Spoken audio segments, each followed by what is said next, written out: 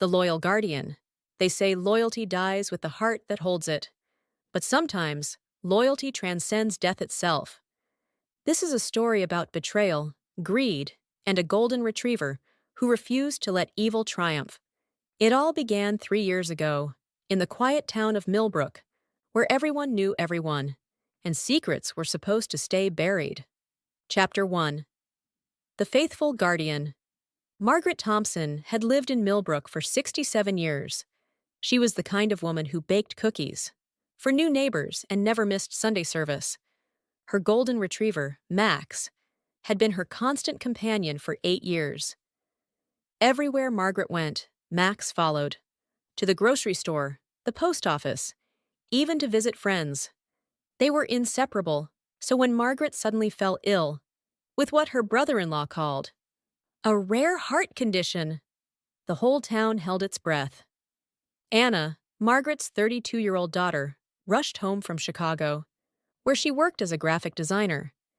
She found her mother in the hospital, barely conscious, connected to machines that beeped ominously in the sterile room. "The doctors say it's serious," Uncle Richard explained, his voice heavy with what seemed like genuine concern. Richard had always been the responsible one in the family, Margaret's late husband's brother, who stepped in after the funeral 5 years prior. He handled Margaret's finances, managed her property investments, even took care of Max when Margaret traveled. "She's been asking for you," Richard continued, "but the medication makes her so drowsy." But the circumstances felt wrong from the start. Her mother had been perfectly healthy. Just days before, complaining only of feeling unusually tired. After drinking tea, her brother-in-law had brought her. Anna spent 3 days at her mother's bedside, holding her hand, whispering stories of her life in Chicago. But Margaret's condition only worsened. On the 4th day, the machines went silent. The funeral was arranged quickly. Too quickly, Anna would later realize. "It's better this way," Uncle Richard insisted. "The insurance paperwork is complicated, and there are health regulations we need to follow." The casket remained sealed throughout the service. "Your mother wouldn't want people to remember her like this," Richard explained when Anna protested. The entire town came to pay their respects. Mrs. Henderson from the bakery brought flowers. Old Mr. Peterson, who ran the hardware store, shared stories of Margaret's kindness. Even the mailman Jerry took off his cap and stood in respectful silence. But something felt wrong to Anna. Her mother had always said she wanted an open casket. She believed in letting people say goodbye properly. And where was her mother's jewelry? The emerald ring her father had given her? The pearl necklace from her grandmother? "Those are being held for probate," Richard explained smoothly. "Legal requirements, you understand." Anna didn't understand, but grief has a way of clouding judgment. She returned to Chicago, trusting that Uncle Richard would handle everything. That's when the real mystery began. Max, Margaret's golden retriever, started showing up at the cemetery. Every morning, like clockwork, he would appear at Margaret's gravesite. At first, people thought it was touching. "Look at that loyal dog," they'd whisper. "Even death can't break that bond." Mrs. Henderson started bringing him food. The groundskeeper, Tom Bradley, made sure Max had fresh water. But as days turned to weeks, and weeks turned to months, Max's behavior became more troubling. He wasn't just sitting peacefully by the grave. He was digging, scratching at the dirt with increasing desperation, whining in a way that sounded almost human. "Maybe he's trying to get to her," people said. But Tom Bradley, who'd been groundskeeper for 20 years, had never seen anything like it. "It's like he's trying to dig something up, not dig down to something," he confided to his wife. Chapter 2. The First Clue. 3 months after the funeral, Anna received a call that changed everything. "Miss Thompson, this is Janet Morris from First National Bank." Anna's heart raced. Had something happened to her mother's accounts? "I'm calling about your mother's safety deposit box. The annual fee is due, and we need to schedule access for inventory." Anna was confused. "I thought Uncle Richard was handling all of that." Richard Thompson? We don't show him as an authorized party on this account. That evening, Anna called Richard. Oh, that old safety deposit box, he said casually. I meant to tell you. Your mother closed it out before she died, moved everything to a new account for tax purposes. But something in his voice didn't sit right. The next weekend, Anna drove down to Millbrook. She hadn't been back since the funeral, and seeing her mother's house, now eerily quiet, brought tears to her eyes. She decided to visit the cemetery. Max was there, as everyone said he would be, but seeing him in person broke Anna's heart. He'd lost weight. His golden coat was matted and dirty, but his eyes, those intelligent brown eyes, seemed to brighten when he saw her. Hey, boy, she whispered, kneeling beside him. I know you miss her, too. Max whined and pawed at the ground. Then he did something unexpected. He grabbed Anna's sleeve and pulled, trying to lead her to a specific spot, near the headstone. What is it, Max? The dog began digging furiously, at a patch of disturbed earth. Anna looked around. The groundskeeper was nowhere in sight. She knelt down and began helping Max dig. Her fingers hit something hard, something metal. She pulled it from the dirt and gasped. It was her mother's emerald ring, the one her father had placed on. Margaret's finger 40 years ago, the one her mother swore, would never leave her hand, the one that should have been buried with her. Anna's hands trembled as she stared at the ring. If her mother was buried in that casket, why was her ring in the dirt outside? Chapter 3. Unraveling the Truth. Anna's mind raced with possibilities, each more disturbing than the last. Had the funeral home made a mistake? Had grave robbers disturbed the site? Or was something far more sinister at play? She couldn't shake the memory of Uncle Richard's rushed funeral arrangements, the sealed casket, the hasty burial, his sudden control over her mother's finances. That night, Anna sat in her childhood bedroom, staring at her mother's ring. Max had followed her home and was sleeping at the foot of her bed, something he'd never done before. Anna made a decision. She would hire a lawyer. The next morning, she drove to the county seat and met with Patricia Wells, an attorney who specialized in estate disputes. You want to exhume your mother's body? Patricia asked, raising an eyebrow. I think something's wrong, Anna explained, showing her the ring. This should have been buried with her. Patricia studied the ring carefully. These cases are rare, but not unheard of, she said finally. If you have reasonable suspicion of fraud or improper burial, we can petition the court. How long will it take? Several months, maybe longer. The court doesn't grant exhumation orders lightly. While the legal wheels turned slowly, Anna began her own investigation. She started with her mother's medical records. Dr. Harrison, the family physician, seemed genuinely surprised by her questions. Your mother's heart condition? Anna, I treated your mother for 30 years. She had mild hypertension, but her heart was strong. I was shocked when I heard about her sudden decline. But you signed the death certificate, Anna pressed. Dr. Harrison looked confused. No, I didn't. I was out of town that week. Dr. Phillips from the hospital handled everything. Dr. Phillips had left town shortly after her mother's death. No forwarding address. Anna's next stop was the bank. Janet Morris pulled up Margaret's account information. This is interesting, she said, frowning at her computer screen. Your mother's accounts were closed the day after her death. Everything was transferred to an account, controlled by Richard Thompson. All of it? Nearly $500,000, plus the deed to her house and rental properties. Anna felt sick. That's not possible. My mother never would have given Uncle Richard complete control. The paperwork shows a power of attorney signed 2 weeks before her death. Can I see it? Janet hesitated. I'm not supposed to, but given the circumstances. The signature looked like her mother's, but something felt off. The handwriting was too shaky, too uncertain. Margaret Thompson had beautiful penmanship. Her entire life, Anna took photos of the documents with her phone. That evening, she called her friend Sarah, a handwriting expert in Chicago. "Anna, I hate to say this, but this looks forged," Sarah said after analyzing the images.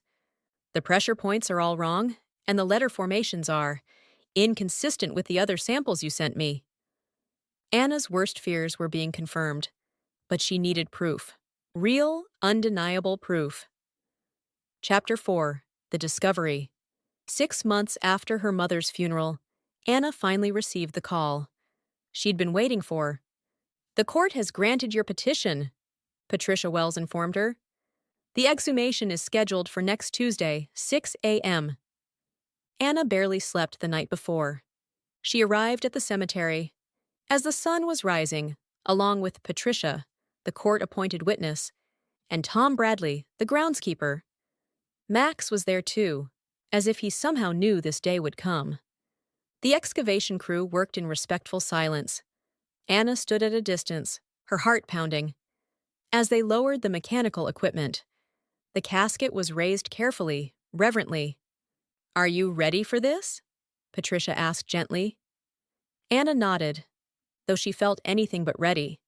The casket was transported to a private facility, where the examination would take place. Anna waited outside, Max pressed against her legs, as if offering comfort. 20 minutes later, the examiner emerged. His face was grim. "Miss Thompson, I need you to prepare yourself for what I'm about to tell you." Anna's hands gripped Max's fur. "There's no body in the casket." The words hit her like a physical blow. "What do you mean, no body?" "The casket contains rocks, old clothing, and weighted bags. It appears to be deliberately designed to mimic the weight of a human body." Anna's legs gave out. Max whined and nuzzled her face as she sank to the ground. This means your mother was never buried here," Patricia said grimly. "And if she wasn't buried here, the question becomes, where is she?" Chapter 5. Following the trail. The fake burial changed everything. Within hours, the police were involved. Detective Ray Morrison, a seasoned investigator with the county sheriff's department, took over the case. "This is now a criminal investigation," he explained to Anna. "Fraud, forgery, and potentially kidnapping, or worse." Anna felt numb. Her mother might still be alive. But where? And in what condition? The investigation moved quickly. Richard Thompson was brought in for questioning. His story fell apart under scrutiny. The power of attorney was confirmed to be forged. The medical records had been falsified. Dr. Phillips, the mysterious doctor, who had signed the death certificate, didn't exist. "We believe your uncle worked with at least one accomplice," Detective Morrison explained. "Someone with medical knowledge, who could fake the hospital records and death certificate." But Richard wasn't talking. He'd lawyered up immediately and refused to cooperate. Anna was desperate. Her mother could be suffering somewhere, and they had no leads. That's when Max did something extraordinary. The dog, who had been staying close to Anna since the exhumation, suddenly became agitated. He ran to Anna's car and jumped in the passenger seat. "What is it, boy?" Max barked insistently, then jumped out and ran toward the road leading out of town. "He wants us to follow him," Anna told Detective Morrison. "Dogs can't—" "Please," Anna interrupted. "Max loved my mother more than anything. If there's even a chance he knows something—" Detective Morrison sighed but nodded. They followed Max in a police cruiser. The dog led them out of Millbrook, down highways and back roads. Anna barely recognized. For 2 hours, Max ran ahead of the slow-moving vehicles, stopping occasionally to make sure they were still following. Finally, he led them to a small, privately run care facility called Sunset Manor in a town 30 miles away. The facility looked legitimate from the outside, a converted Victorian house with well-maintained gardens. But something felt wrong. Max was going crazy, scratching at the front door and howling. "This is highly irregular," The administrator, a thin woman named Mrs. Fletcher, protested when Detective Morrison showed his badge. "We need to see your patient records. Our residents value their privacy. I can't just—" "Ma'am, this is a criminal investigation. We can do this with your cooperation, or with a warrant." Mrs. Fletcher reluctantly led them inside. The facility felt more like a prison than a care home. Heavy security doors, cameras everywhere, residents who seemed heavily sedated. "We specialize in patients with severe dementia and behavioral issues," Mrs. Fletcher explained nervously. They walked through sterile hallways, lined with rooms. Max was pulling so hard on his leash that Anna could barely hold him. They reached a room at the end of the hall. Max broke free from Anna's grip and scratched frantically at the door. Detective Morrison looked at Mrs. Fletcher. "Open it." Mrs. Fletcher hesitated, then slowly turned the key. Chapter 6. The Reunion. The woman in the bed was almost unrecognizable. Thin, pale, her gray hair unkempt. But Anna would know those hands anywhere. "Mom!" Margaret Thompson looked up, with vacant, confused eyes. She'd been drugged into a haze of confusion. Her memory fragmented, her speech slurred. "I don't— Who are you?" Margaret whispered. Anna's heart shattered. "It's me, Mom. It's Anna, your daughter." But there was no recognition in Margaret's eyes. The drugs had stolen her memories, her identity, her very sense of self. Detective Morrison was already on his radio, calling for backup and medical assistance. Mrs. Fletcher was backing toward the door, but two officers blocked her exit. Anna knelt beside her mother's bed, tears streaming down her face. "I found you, Mom. I found you." Margaret looked at her with confusion and fear. But then Max jumped onto the bed. For the first time in nearly a year, Margaret's eyes came alive. "Max?" she whispered, her voice stronger. My dog." Her hands, shaking from the medication, reached out to touch Max's golden fur. I remember you," she said to the dog. Even through the haze of drugs and memory loss, the bond between Margaret and Max remained unbroken. Anna sobbed as she watched her mother recognize Max before her own daughter. But it was a start. It was hope. Chapter 7. The Reckoning. The investigation that followed revealed the full scope of the conspiracy. Richard Thompson had been embezzling from Margaret's accounts for years. When she started to notice discrepancies, he escalated his plan. Working with Dr. Phillips, whose real name was Marcus Webb, a disgraced physician who'd lost his license, they drugged Margaret and had her declared dead. A fake death certificate, a fake funeral, a fake burial. While everyone mourned Margaret's death, she was being held at Sunset Manor, under a false identity, drugged into compliance. Richard had gained control of her entire estate, nearly $1 million in property and investments. The plan might have worked perfectly, except for one thing they hadn't counted on. Maximum, the golden retriever who refused to accept that his beloved companion was gone, his daily vigil at the fake grave, his desperate digging, his discovery of the ring. That should have been buried with Margaret, his instinctive knowledge of where to find her. "That dog saved your mother's life," Detective Morrison told Anna. "If you hadn't followed him, we might never have found her." The trials that followed made national news. Richard Thompson was convicted of fraud, kidnapping, conspiracy, and elder abuse. He received a 25-year sentence. Marcus Webb, the fake doctor, got 15 years. Mrs. Fletcher and two other employees at Sunset Manor were convicted as accomplices. But the real victory was Margaret's slow recovery. It took months of careful medical treatment to clear the drugs from her system, physical therapy to rebuild her strength, and patience, endless patience, as her memories slowly returned. Anna took a leave of absence, from her job in Chicago to care for her mother, and Max never left Margaret's side. Chapter 8. Healing. Margaret's recovery was gradual but remarkable. First, she remembered Max completely.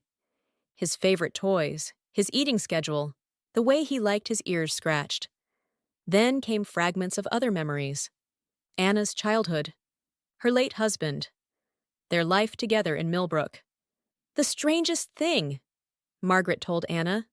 One afternoon, as they sat in the garden, with Max between them, is that through all the confusion, all the drugs, I always remembered feeling safe. When Max was near, even when I couldn't remember who I was, I knew he belonged with me. Anna learned that Max had somehow found his way to Sunset Manor multiple times during Margaret's captivity. The staff had chased him away, not realizing he was trying to reach his imprisoned owner.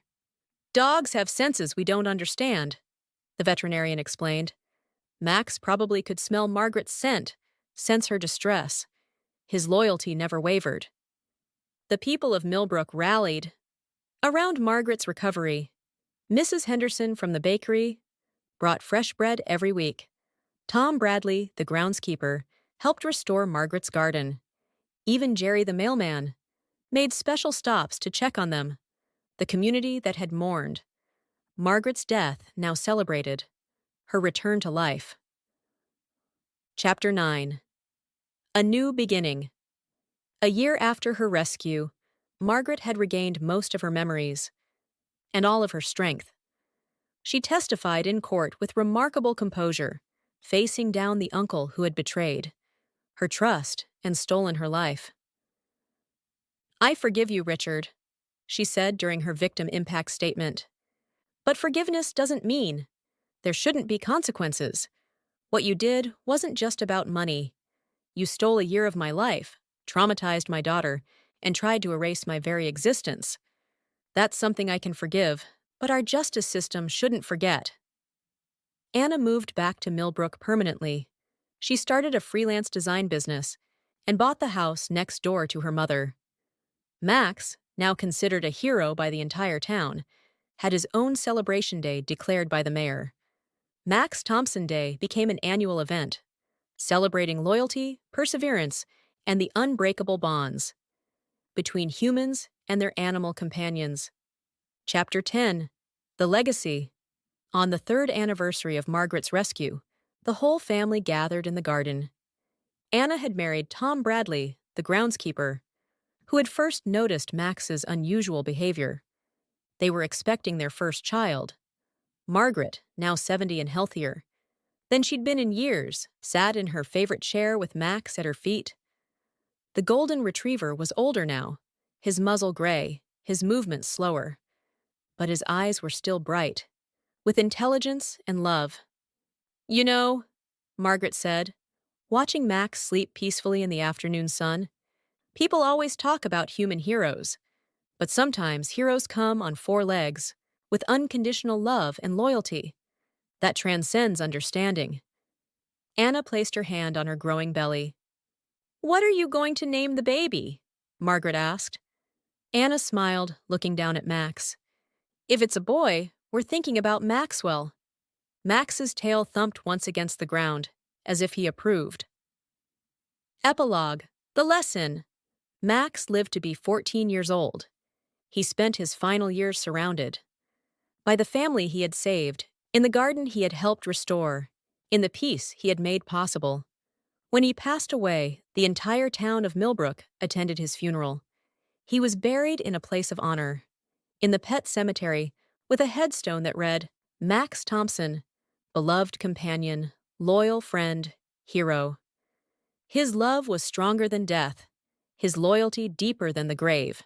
Margaret lived to be 87. She spent her later years speaking to law enforcement agencies about elder abuse and the importance of investigating when something doesn't feel right. Anna became a successful author, writing children's books about the bond between humans and animals. But she never forgot the lesson Max taught her, that loyalty isn't just about standing by someone in good times. True loyalty means never giving up, even when the world tells you to. It means scratching at the dirt until you find the truth. It means following your instincts when everyone else thinks you're crazy. It means fighting for the ones you love, even when the fight seems impossible. Sometimes betrayal comes from family. Sometimes greed buries the truth, deeper than any grave. But sometimes, just sometimes, justice arrives on four legs, with a golden coat, and a heart full of love that refuses to be silenced. And sometimes that's enough to save everything that matters. This story spread far beyond Millbrook. It became a reminder that heroes don't always wear capes. Sometimes they wear collars. Sometimes they have wet noses and wagging tails. Sometimes they remind us that the most powerful force in the world isn't money or power or deception. It's love. Pure, unconditional, unwavering love. The kind of love that never gives up. The kind of love that can literally bring the dead back to life. The kind of love that changes the world, one loyal heart at a time. Because in the end, that's what Max taught everyone. Love doesn't die. It just gets stronger. And sometimes it saves us all.